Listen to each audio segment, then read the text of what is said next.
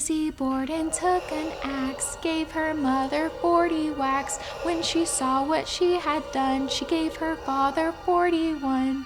You can't tell me little children holding hands and singing this isn't the scariest thing you've ever heard of. That's right, folks. Today we are talking about Lizzie Borden, the axe murders that took her parents, and how she got away with the whole thing. Our story takes place in Fall River, Massachusetts. Andrew married a woman named Sarah Morse, and together they had 2 children, Emma and Lizzie Borden. Sadly, Sarah passed away shortly after having Lizzie. 3 years after Sarah's death, Andrew met another woman. Her name was Abby Durfee Gray. But it seems like somebody in the Borden family believed that Miss Abby Durfee Gray was after the wealth of her father, Andrew Borden. Well, the vibes in the Borden house were not good. Everybody was always on edge, and the girls needed to take vacations away from their father and stepmother. Just a few months after the family got into an incredibly aggressive argument. After that, Lizzie and Emma both took extended vacays in New Bedford to get away from all of the drama. But when Lizzie arrived back in town, instead of going home and staying with her parents, she stayed in a boarding room for 4 nights. On August 3rd, between 9 and 10:30 a.m., Abby decided that she would make the beds upstairs. But while she was making the bed, Abby was struck with a hatchet on the side of her head. She fell to the floor and was left with 17 more stab wounds directly to the back of her head. At 10:30, Andrew returned home from his walk. When he tried to open the door, his key wouldn't work,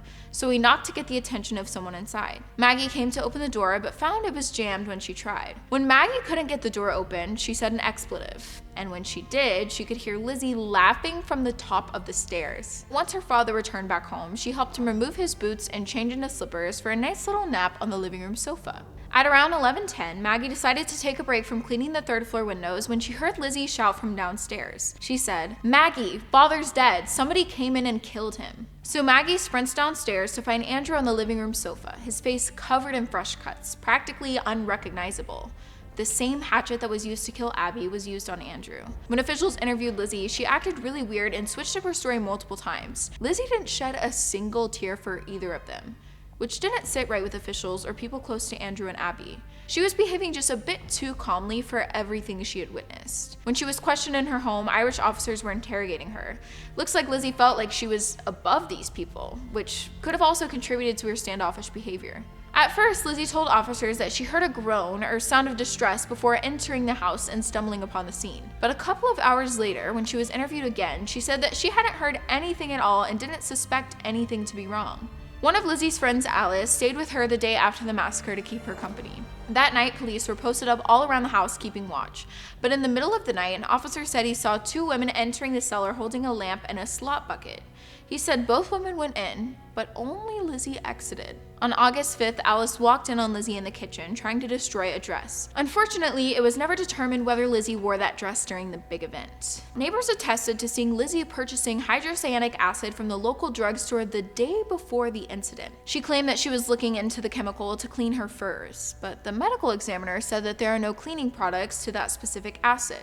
Their minds immediately jumped to, they were poisoned. But the medical examiners couldn't find any traces of poison in their stomachs, so that was scratched off the list of possibilities. Andrew Borden grew up in a poor family of English and Welsh descent. Into his young adulthood, he still had difficulty with money. Even though wealthy Bordens lived throughout the area, Andrew was not one of them. But his luck changed when he started up his own furniture and casket making business. He became reasonably successful and eventually began developing properties in the area. After a while, he owned banks, textile mills, and tons of real estate. Despite being worth $9 million in terms of today, Andrew was not known to flaunt his wealth. This dude wanted to save up everything, so he lived in a modest 3-story home in a highly industrial area. On August 8th, the trial began, but it proved to be challenging to follow because Lizzie was difficult to pinpoint. You never had any idea where she would go. Sometimes she just flat out refused to answer questions, even if they could have been valuable for her to answer. Again, Lizzie changed up her story multiple times. At first, she said she was reading a magazine in the kitchen when her dad got back from his walk. Then she was ironing clothes in the dining room. Then she took off Andrew's boots,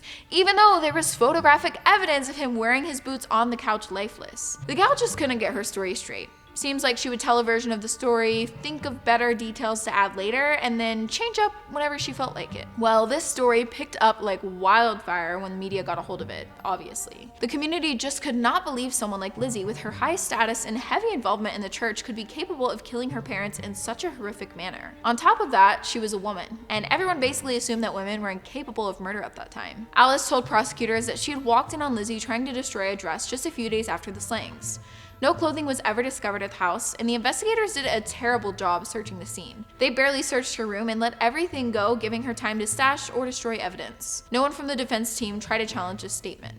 Even the officers investigating that day admitted they did a terrible job and were not thorough enough. Apparently, Lizzie brought Alice into the cellar to tell her what had just happened. She warned her not to go into the room and instead find a doctor, which is why the officer only saw Lizzie exit. During the court proceedings, the medical examiners brought out the skulls of Abby and Andrew Borden, causing Lizzie to pass out. After only an hour and a half, the jury acquitted Lizzie of all charges. She was a free woman. Even though Lizzie was acquitted, the community didn't trust her one freaking bit.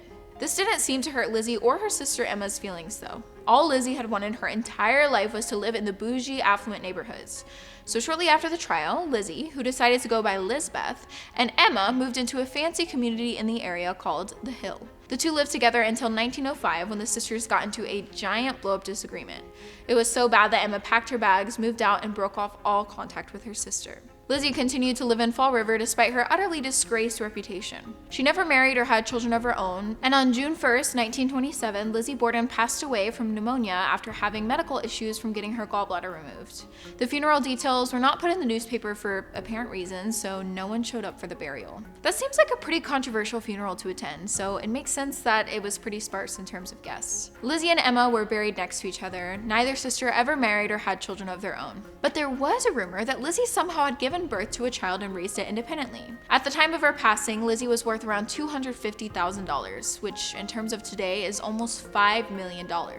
Now, the Borden home is a museum and a bed and breakfast. You can stay there and participate in ghost hunting as well. Some people have stayed in the room where the slayings happened and have claimed the energy is incredibly palpable. Countless movies, TV shows, and musicals have been created inspired by this murder mystery. And that, my beautiful viewers, was the absolutely bonkers story of Lizzie Borden and the hatchet murders of her father and stepmother. So what did all of you think about this one? Are you thoroughly creeped out? Do you think that Lizzie is genuinely to blame, or do you think it was someone else? I would love to hear all of your thoughts in the comment section below. And with that, I must bid you adieu. I'm Allie, and thanks for watching Killer Bites.